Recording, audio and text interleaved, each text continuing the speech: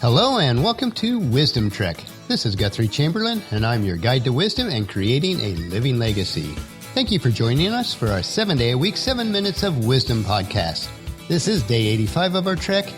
Yesterday, we finished our observation of 10 waypoints or clearings on our trail, which contain practical wisdom on when it is best not to speak, or at least keep your speaking to a minimum. Saying 10 wise words is so much more effective than saying 100 words without substance. For the next few days, we will explore 7 principles in order to put more life in your years. We are recording our podcast from our studios at the Big House in Marietta, Ohio. I'm creating the journal for today's podcast on our trip back home to the Big House. This morning, we worshiped at Centerpoint Baptist Church in Lancaster, Ohio, where one of our nephews, Eli Chamberlain, was ordained into the ministry today. Afterwards, we had a meal and fellowship with Eli and his wife Alyssa, her parents, my brother Martin, and his wife Wanda, which are Eli's parents, and 5 of their 7 children and their families. It was a great blessing to be with family again and to celebrate life. After that time of celebration, Paula and I kicked off our anniversary week of activities. Since Hocking Hills State Park is nearby, we went on a nice trek this afternoon and hiked from Old Man's Cave to Cedar Falls and back. The total hike is about 6 miles, with some parts of it being very challenging. I have to say, it is the most beautiful state park in Ohio, with thick woods, steep rolling hills, 2 small waterfalls, and a stream flowing through the gorge. The day was beautiful and we had a great time, enjoying God's creation, talking, and spending time together outdoors. As I mature and grow wiser, I am realizing how important these times together outside of our daily routines are. My encouragement to younger couples is to don't be so wrapped up in living your life that you put off or miss these special moments.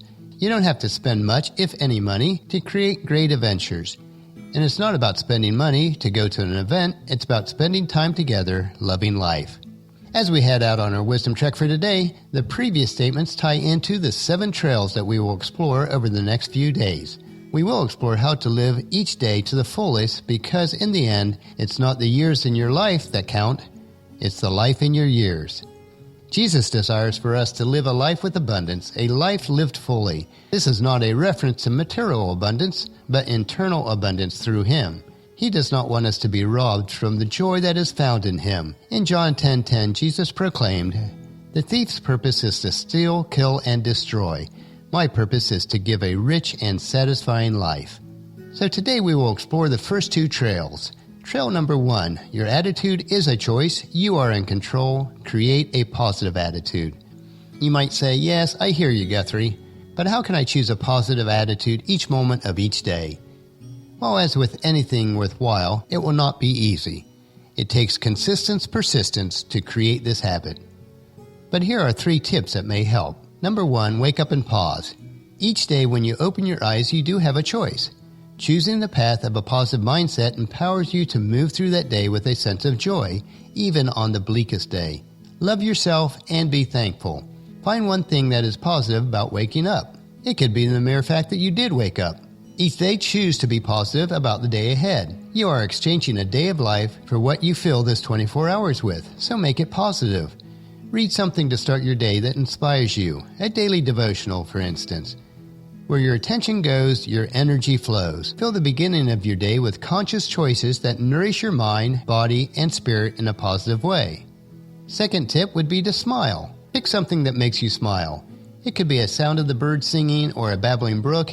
It could be a smell that impacts your mind, whether they are real, right in front of you, or in your memory. Close your eyes and think about a happy time full of smells, maybe a kitchen full of sweet aromas, fresh coffee, or sizzling bacon. Or possibly a cool fall day, or the smell of wildflowers. A smile might even happen through touch, such as a soft blanket or furry friend from the animal kingdom. No matter what makes you smile, an image, a situation, a place, or person, smile when you think of it, and just keep smiling. And the third tip is to practice conscious breathing and gratitude reminders. Create a list of everything in your life that you are thankful for. It doesn't have to be a long list, but change it and add to it when you think of new items. This should be done ahead of time and kept near your bed, so it is the first thing that you look at every morning. After you wake up and pause, think about something to smile about, then take 3 deep breaths, inhale as deep as you can, hold it for a moment, and exhale. Make your attitude choices for that day. Choose to be positive, and as I mentioned in the last point, force a smile on your face, even if you don't feel like it. Then I would recommend that you read or pray through the gratitude list each morning before doing any other activities. Commit yourself to carry a positive mindset with you all day long. Anytime during the day when you feel that positive mindset is waning, repeat this step. Trail number 2, embrace the moment, for you may never pass this way again. And I have some tips here. First, live today fully and be in the present. Being present in the moment is something I continually work on a daily basis. With so many competing priorities, the moments that matter can get lost in the noise. Learn how to slow down and embrace the now. As I mentioned in the beginning of this podcast, allow yourself time to honor the moments you are spending with your family and friends. Practice being in the present by taking a walk or a hike, and be consciously aware of what you see, hear, smell, touch, or taste. Now, if walking outside is not an option, use your imagination and walk the path to the top of the mountain in your mind. Second, make a memory. Proactively engaged in making a memory. Time may not be on your side, so surprise someone with a call or send them a letter telling them how important they have been in your life, about how proud you are of them.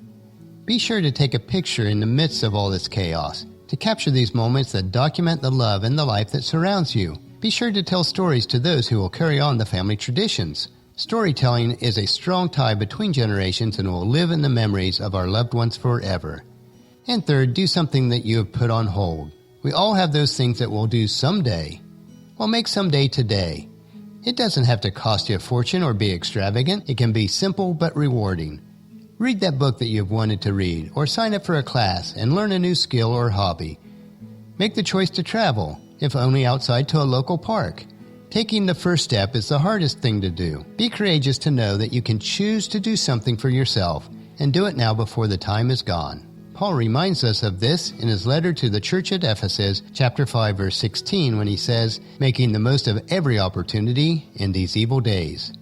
Ponder these first 2 trails and join us at our camp tomorrow for another day of Wisdom Trek, Creating a Legacy. Tomorrow we will continue to explore, starting with Trail 3, to live each day to the fullest, because in the end, it's not the years of your life that count, it's the life in your years. Well, that will finish our podcast for today. If you've missed any of the previous podcasts, please check out Wisdom Trek on iTunes, Stitcher, SoundCloud, Spreaker, YouTube, or at wisdom-trek.com. If you enjoy our daily doses of wisdom, these little nuggets we consume each day, I encourage you to take the time to invest in yourself in these 3 ways. Invest with your time in improving Wisdom Trek by leaving your name, email address, and a comment on our website so that we can provide you with the wisdom and insights that best fit your needs. Number 2, invest in yourself by listening to your 7 minutes of wisdom through the Wisdom Trek podcast each day. And the best way to do this is to subscribe at iTunes or Stitcher and have it downloaded to you automatically.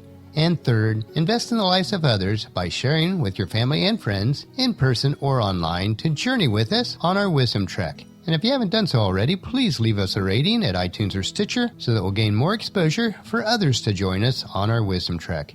The journal for this podcast can be found at wisdom-trek.com, where we also have pictures, tweetable quotes, wisdom nuggets, and free resources. Thank you for allowing me to be your guide, mentor, but most importantly, your friend, as I serve you through the Wisdom Trek podcast and journal each day. As we take this trek together, let us always live abundantly or fully, love unconditionally, listen intentionally, learn continuously, lend to others generously, lead with integrity, and leave a living legacy each day. This is Guthrie Chamberlain reminding you to keep moving forward, enjoy your journey, and create a great day every day. See you tomorrow.